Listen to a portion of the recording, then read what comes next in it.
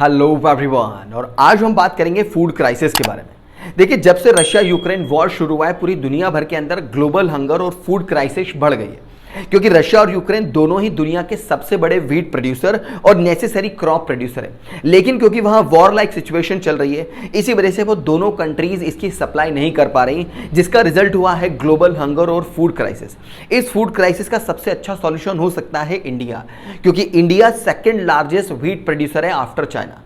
इस present situation में India के पास तकरीबन 15 million tons of wheat and 22 million tons of राइसेस हैं, जो कि इजीली वो एक्सपोर्ट करके इस ग्लोबल हंगर और फूड क्राइसिस को खत्म कर सकता है। लेकिन इंडिया के साथ कई सारे रेस्ट्रिक्शन, कई सारे WTO के क्लॉज लगे हुए हैं। WTO यानी कि वर्ल्ड ट्रेड ऑर्गेनाइजेशन, जिन्होंने एग्रीकल्चरल बेस्ड कंट्रीज के ऊपर कई सारे क्लॉजेस लगा रखे हैं। इन्हीं प्रॉब्लम्स में से कुछ प्रॉब्लम इंडिया को भी फेस करनी पड़ रही है।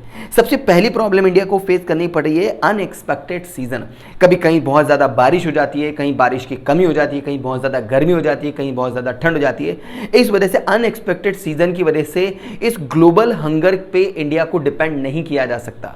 दूसरा रीजन इंडिया के साथ है फर्टिलाइजर शॉर्टेज। देखिए, इंडिया खुद अपने फर्टिलाइजर रशिया और बेलारूस से लेता है, लेकिन वॉर लाइक सिचुएशन में इंडिया के पास फर्टिलाइजर आ नहीं पा रहे, जिसकी वजह से भी फूड ग्रेन क्रॉप्स के कल्टीवेशन में प्रॉब्लम आ रही है और शॉर्टेज आ रही है। इस वजह से भी इंडिया पर डिपेंड नहीं हुआ जा सकता। और तीसरा रीजन हो सकता है फूड प्राइसेस बढ़ गई, फ्यूल प्राइसेस बढ़ गई, जिसकी वजह से ट्रांसपोर्टेशन सिस्टम बढ़ गए। इंडिया को एक्सपोर्ट करने के लिए बड़े बड़े सिस्टम्स की रिक्वायरमेंट है, बड़े बड़े ट्रांसपोर्ट व्हीकल्स की रिक्वायरमेंट है, जो भी इस वक्त पॉसिबल नहीं हो पा रहा है। इस वजह से भी इंडिया के ऊपर इस फूड शॉर्टेज पर डिपेंड नहीं हुआ जा सकता।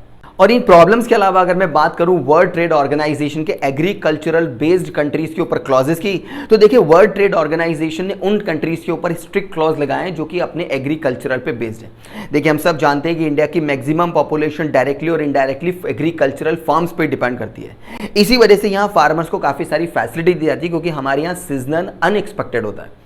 हमारे यहाँ फार्मर्स को सब्सिडीज दी जाती हैं, फर्टिलाइजर्स में, सीड में, वाटर फैसिलिटी दी जाती है। और अगर किसी अनएक्सपेक्टेड सीजनल चेंज की वजह से फार्मर की क्रॉप खराब हो गई, तो गवर्नमेंट को उनके डेट को भी फ्री करना पड़ता है। इस वजह से फार्मर्स को काफी सारी फैसिलिटी इंडिया के अंदर स्पेसिफिकली मिलती है, जो बाहर की कंट्रीज के अंदर नहीं मिल पाती।